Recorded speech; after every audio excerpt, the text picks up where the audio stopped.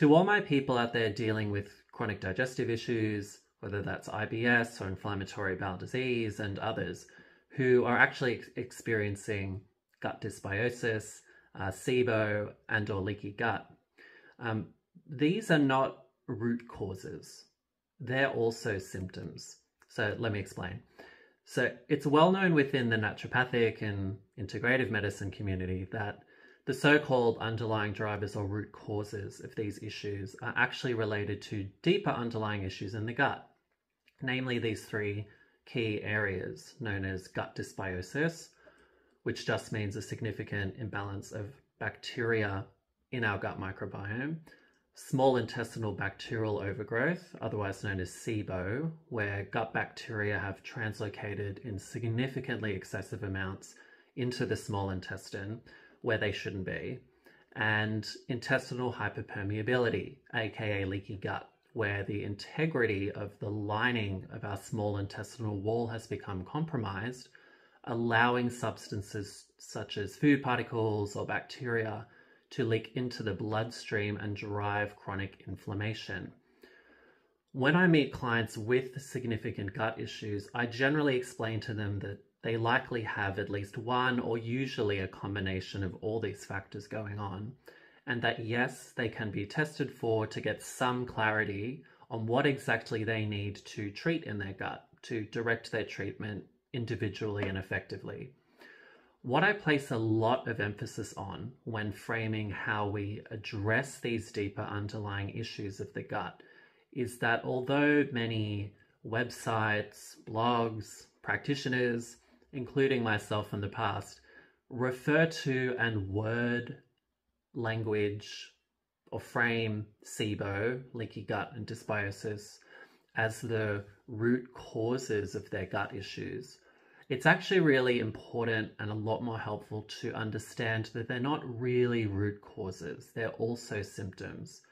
There are a wide variety of factors that lead to someone gradually over time eventually developing dysbiosis, SIBO, or leaky gut. They don't just occur out of nowhere for no reason.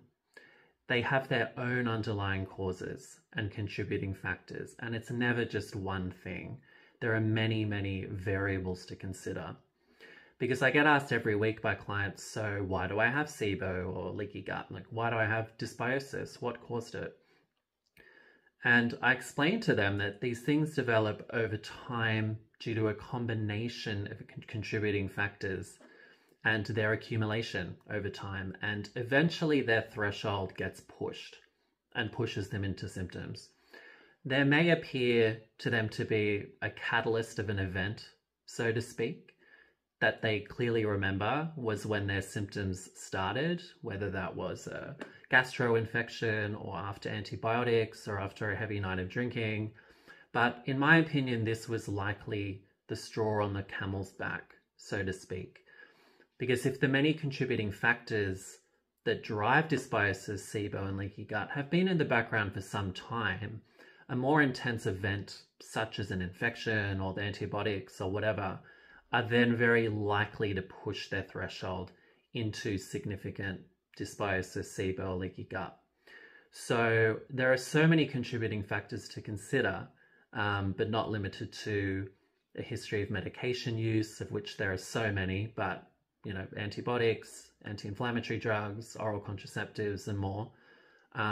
A history of other infections that contributed to dysbiosis without adequate support for the gut following these. Certain nutrient deficiencies, vitamin D, vitamin A, omega-3, and others. Of huge importance is anything that compromises gut motility. So this could be a diet low in prebiotic fibers, medications that compromise gut motility, including the hot topic one at the moment, Ozempic, alcohol, low stomach acid, emotional stress and nervous system dysregulation, poor sleep and circadian rhythm dysfunction. I could go on, but my point being is that dysbiosis, SIBO, and leaky gut are very real contributing factors to chronic digestive disorders that need to be treated, but you need to dig deeper and zoom out and really approach treating these effectively by considering what has led to the development of them. Because while going in and treating these issues and reducing bacterial overgrowths with herbal medicines and certain pre and probiotics for the individual and all these kind of gut-centric treatments that are absolutely needed, it's a very reductionist conventional medical approach if you're only focused on going in and getting rid of the bacteria and killing the overgrowth. If you take this approach without addressing essentially your overall health, this is when people tend to relapse all the time or get stuck on really restrictive diets, and some people not able to tolerate their treatment.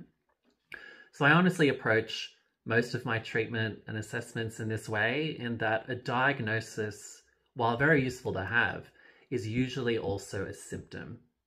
And if you look at your diagnosis as a symptom, then you can step back and consider all of the contributing factors, which are heavily rooted in our diet, our lifestyle, and in my opinion, the state of our nervous system and how it is we're coping with stress.